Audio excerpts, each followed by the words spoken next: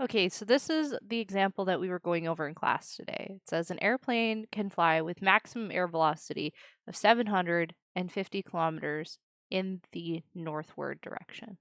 So from that right there, what we should know is that we're going to have something that is going to be drawn that is absolutely just straight north to start.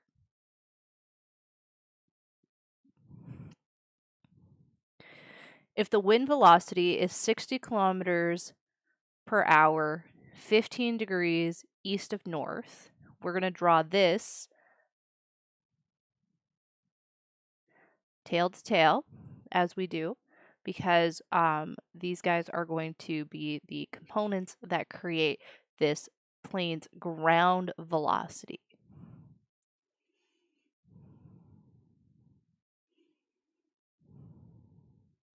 And everything is going to be in respect to this ground velocity if we want to remain on a course going straight north, because we're interacting with this plane here. This guy up here on its Cartesian plane, it starts at north and moves 15 degrees in. So what we're going to take from this is we need to break this into its component parts. We're going to worry about our V wind, our V air, and this is our V ground. So in relation to the ground, and that's why that one is the resultant vector. So what we're going to take here is we're going to break this one apart here into a new triangle. So this right triangle will be over here.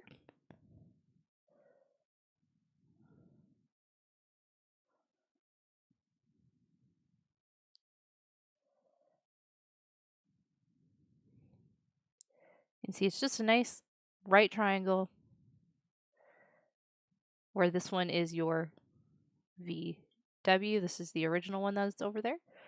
This is 15 degrees. This is 60 kilometers per hour.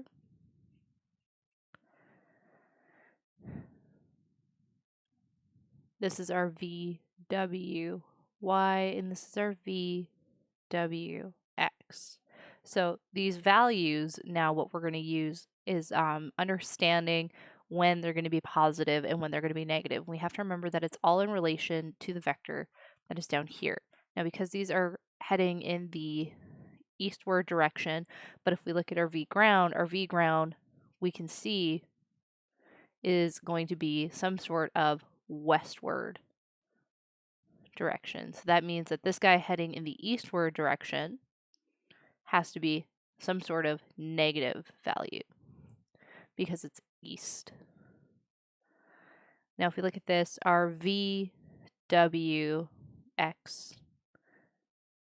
is our negative 60 sine 15. And that is because it is opposite. And that's what happened in the example today is I had drawn my 15 degrees on the wrong inner side here, but that's okay. And everything is to sig figs. So this one right here, when we plug it in, negative 60 of sine multiplied by sine of 15 gives us negative 16 kilometers per hour. Then our VWY, same sort of setup, except this time it is in the north direction. This is still heading north. This should still be in the north direction. So the value here will remain positive because it's in that relation to the other vector that we're finding here. And this will be cos 15 because this is our adjacent value.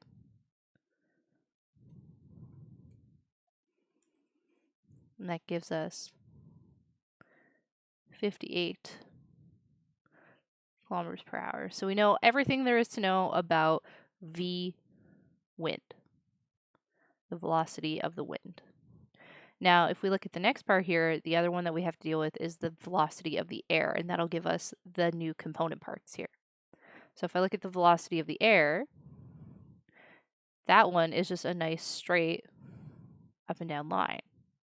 Because it is a straight up and down line, this only has components in the y direction.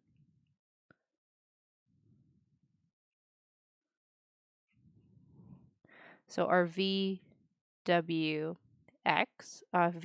sorry,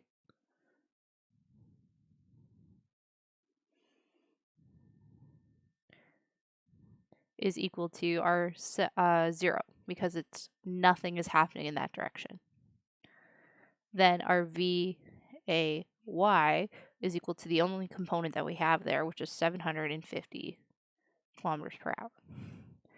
Now, if we take all of this information that we have, we take this line that we had over here, being our VG. I have to take all of those values that we had before, and we need to create our right triangle here.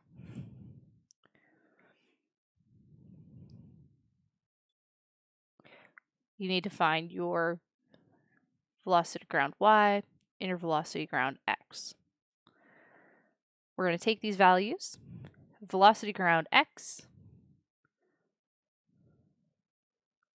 will be negative 16 plus 0, which gives us negative 16 kilometers per hour, which is also 16 kilometers per hour in the west direction.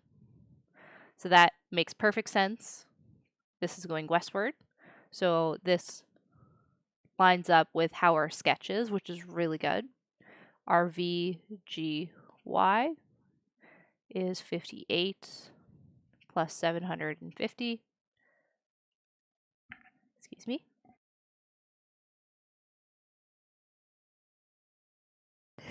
There we go. Just had a sneeze, which gives us 808 kilometers per hour in the north direction. And to sig figs, that should be 810 kilometers per hour in the northward direction. Now that we have these values, we are going to use them, and you might notice from what we did in class today to now, I'm being a little more careful with the sig figs. What I'm going to do now is I'm going to find the V ground. I'm going to do some work over here so I have a little bit more room, which is going to be those two values, 16 squared plus 810 squared.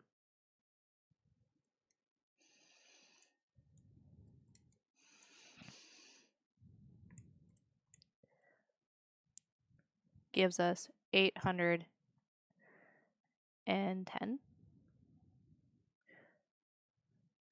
kilometers per hour. Then we're going to take this and we're going to use tan theta.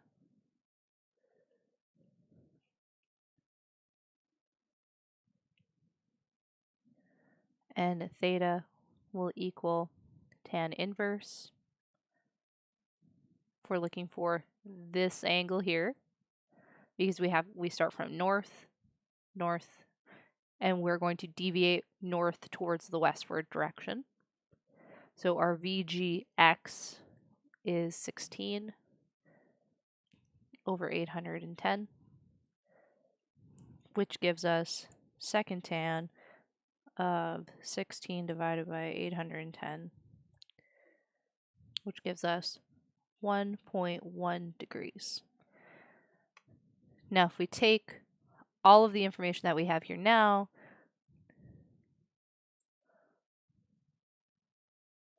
the plane's ground velocity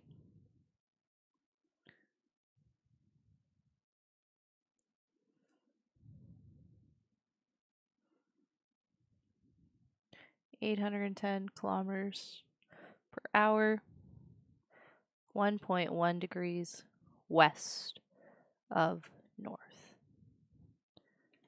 Hopefully that made a little bit more sense. You can stop the video at any time if you want to try and figure it out yourself, you can go back, redo it, and I will have the next example right away.